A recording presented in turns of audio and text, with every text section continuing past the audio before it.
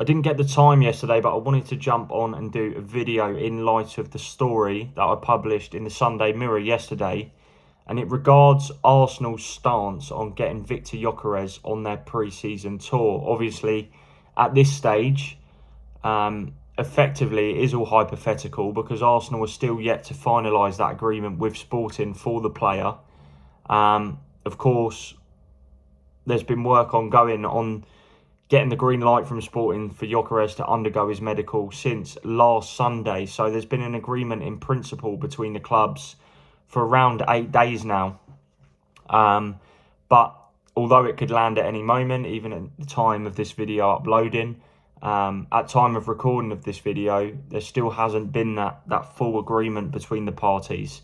And it's been one of the messiest transfer sagas that I can remember for a long, long time. Of course, there were suggestions yesterday that Manchester United might be looking to hijack the Gyokeres deal, but it's clear he only wants Arsenal.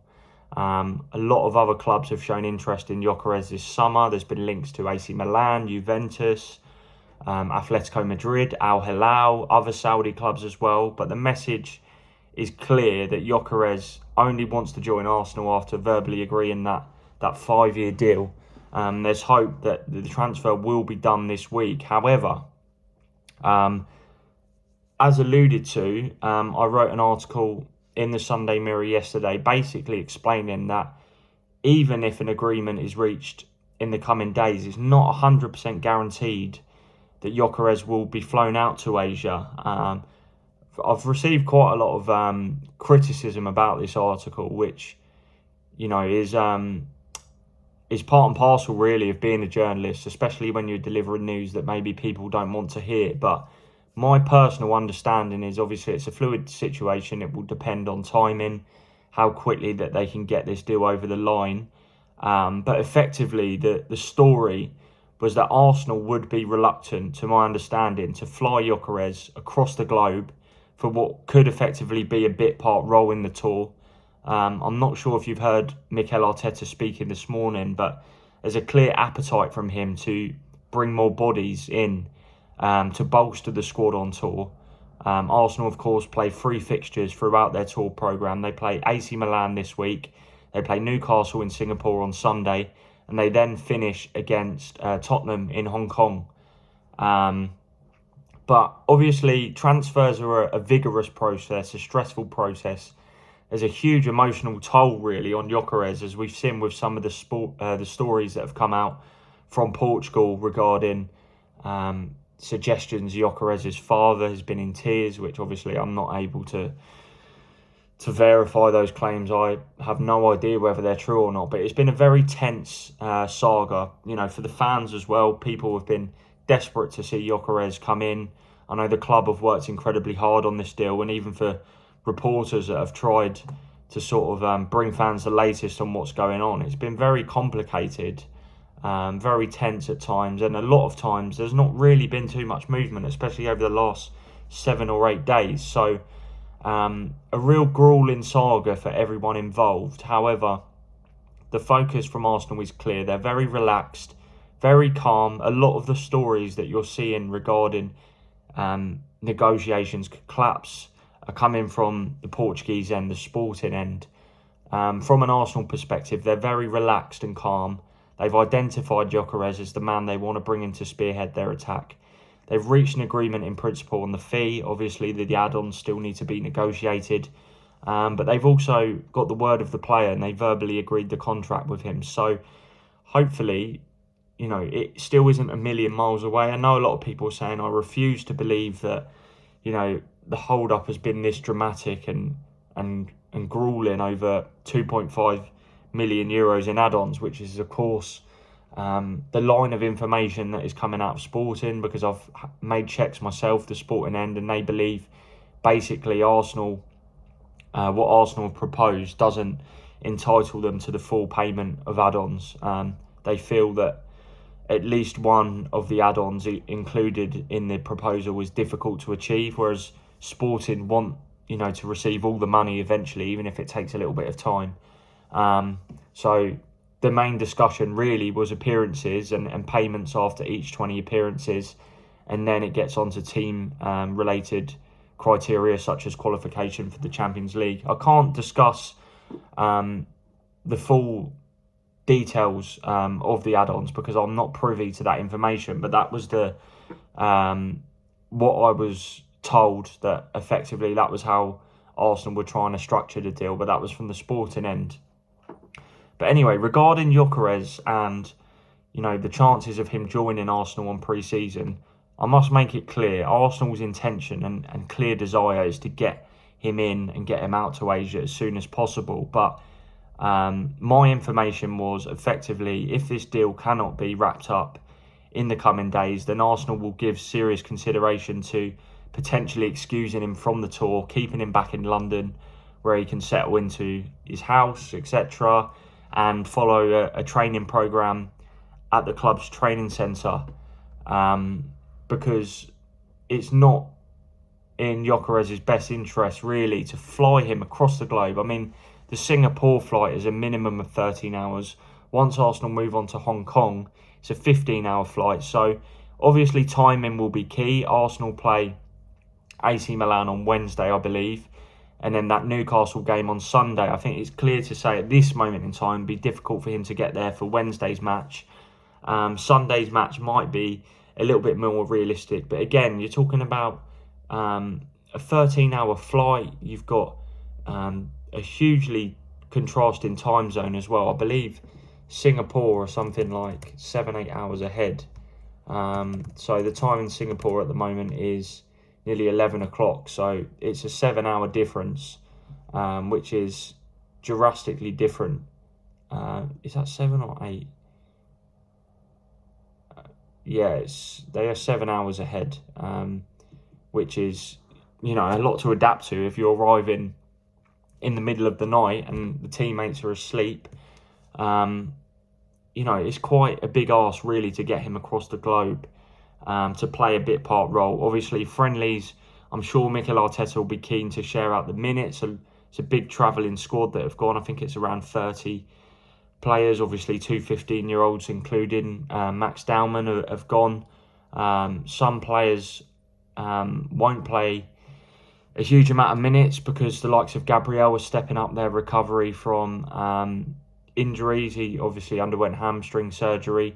Some of these players that have gone with Arsenal, such as Reiss Nelson and Alexander Zinchenko, are facing uncertain futures. Albert Sambi Lokonga as well.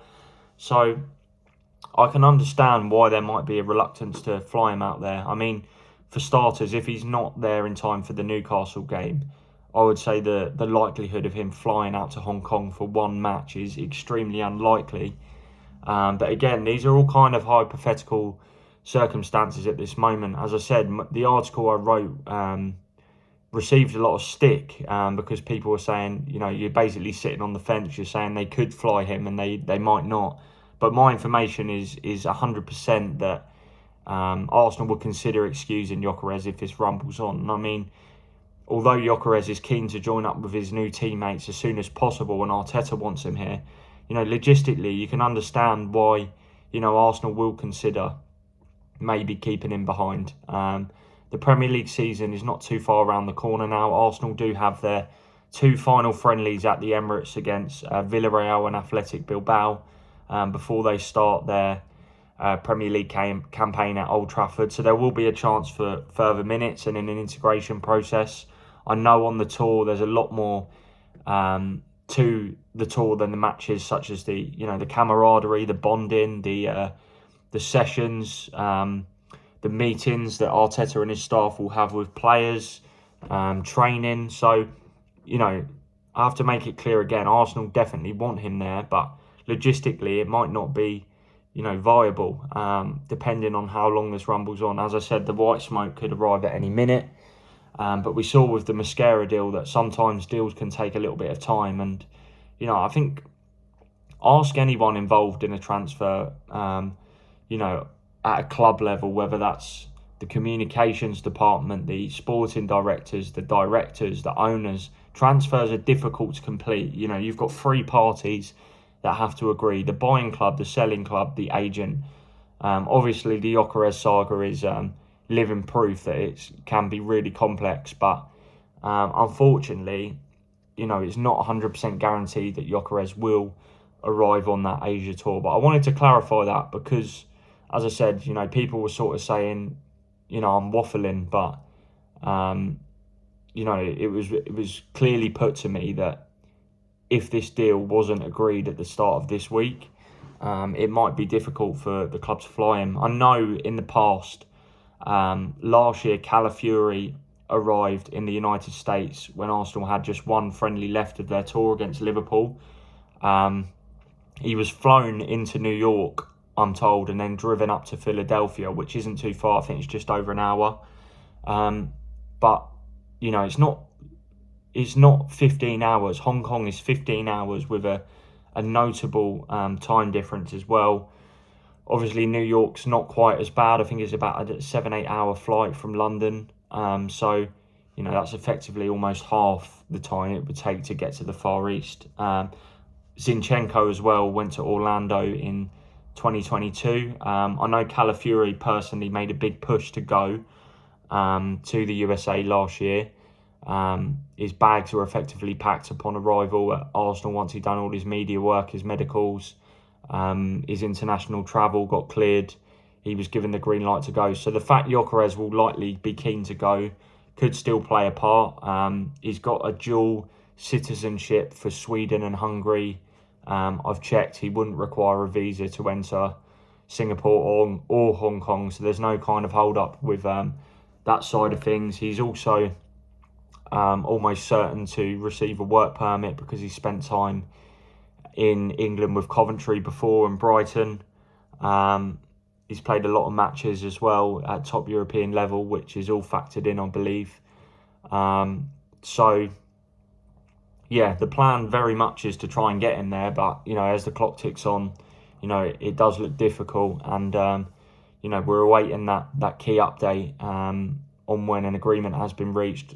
Gyokeres will believe he's been in Mallorca. That I've seen that online, but you'd expect that he'd be ready to do his medical at any given moment. So once the Gyokeres, we assume it will obviously be done. Once the Gyokeres and Mosquera deal are completed, that will take Arsenal spending to around about £200 million. Obviously, Kepa, Norgard, Madueke, Zubamendi as well have all arrived at the club. Madueke's been given 3 weeks off because he played at the Club World Cup with Chelsea. I'm also told Fabio Vieira was given an extended break, even though his future probably lies away from Arsenal. He, of course, played at the tournament with Porto as well. Obviously, Nelson has travelled. Fulham have registered an interest, but a deal wasn't close when Arsenal were heading off to Asia. Fulham are believed to be keen on a loan again, with a potential buy option. Obviously, his loan at Craven Cottage was cut short a few months ago when he suffered a hamstring injury and had to undergo surgery, but he's back in training. He's had a quick turnaround. His recovery went really well. Other Premier League clubs also interested in Nelson, so I do expect him likely to depart the club. There has been European interest in Zinchenko as well, nothing concrete, but his wages are a little bit of an issue because he received a significant pay rise when he joined Arsenal from City. Obviously, a player that has fallen a little bit out of favour following the emergence of Miles Lewis-Skelly and Ricardo Calafiori's arrival, but I'm sure Arteta, would be happy to have him around the squad because he can play in midfield as well. But clear desire probably for Zinchenko to move on because he wants to play football. He's had a little bit of a difficult season last year, so I would think he'd be very much open to a transfer, and Arsenal would be too. I think Jakub Kiwior, I would lean more towards him staying. I think Arteta does really like him, and he's a great backup to Gabriel, obviously. Starred alongside Saliba at the end of last season in the Champions League against Real Madrid following Gabriel's injury. Not a player Arsenal are actively trying to push towards the door. I'm sure offers might be considered, but again, Arteta loves Kiwior and would really like to keep him if possible. But Arsenal do need to raise some cash through sales. As I said, spent nearly or in the region of 200 million once those latest two deals with Gyokeres and Mosquera go through. So where does this leave Arsenal with bringing in more players? Well, they're on the cusp. Once these deals go through, they're only about 20 million short, I believe, of breaking their all-time spending in a single window, which was in 2023 when they brought in Declan Rice, Kai Havertz, Jurrien Timber and David Raya.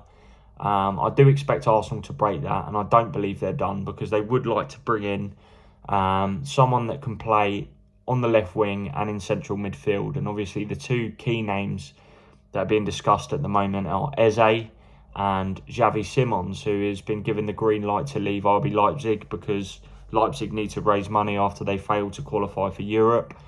The key there really is the fact that agent Ali Barat, who was crucial to the Noni Madueke deal, is handling Simons' future and has basically offered him to Arsenal and other clubs such as Chelsea and Bayern Munich. He may actually be available for a far cheaper price than Eze, who's got that release clause, which is worth up to £68 million. Again, I've previously said that Palace want that in full, really, which would be 3 instalments worth 20 million plus 8 million in add-ons. Whereas Simons could maybe... sorry, I'm not sure how to pronounce it, Simons or Simmons. I'm going to say Simons. It feels a bit safer. He could be available for a little bit cheaper than that, maybe sort of 45, 50 million, which actually makes him an attractive opportunity. He's young still, has played in the Eredivisie, has played in the French leagues. He was at PSG, and of course has been a major hit in Germany with Leipzig. So it's an interesting one to weigh up, but I do believe Arsenal are going to have to make a sale at some point to continue this spending. Karl Hein is another one that could move on. Arsenal looking for permanent buyers. He's got a thumb injury, which has ruled him out of the tour. I'm not sure if I mentioned that earlier in the video, but yeah, there's a large cluster of players that Arsenal are now ready to consider bids for. But they would like to bring in that extra attacker. I think the Rodrigo deal looks very difficult to do. Again, when I speak to Rodrigo's camp, it's always reaffirmed to me that he really loves Real Madrid, and I think we'd find it incredibly difficult to leave the club. That said, there is interest from England. Obviously, there's been links to Liverpool in recent days. Chelsea have dismissed links to Rodrigo, so have Man City. However, Chelsea also dismissed links to João Pedro earlier in the window, then ended up signing him. So I think he is definitely one to watch. So is Simons, particularly given Ali Barrett's involvement and the potential price. I do think that's an option that Arsenal will give serious consideration to. The Eze one has gone a little bit quiet recently. There was some quite strong contacts with his representatives, but those talks have not led to club-to-club discussions at this moment in time. But obviously the fact Eze has that release clause, Arsenal probably wouldn't need to speak too much to Palace if they were considering triggering that, because they could jump straight in and put the cash on the table. So at this moment in time, a little bit quiet in terms of other outgoings, but I do believe Arsenal and Chelsea are serious possible destinations for Simons, but the Eze interest remains ongoing and remains one to watch. Sorry there was no video last week. I think there was only one actually, but if you enjoyed, hit the like button and hit the subscribe button, and I'll be back again very soon.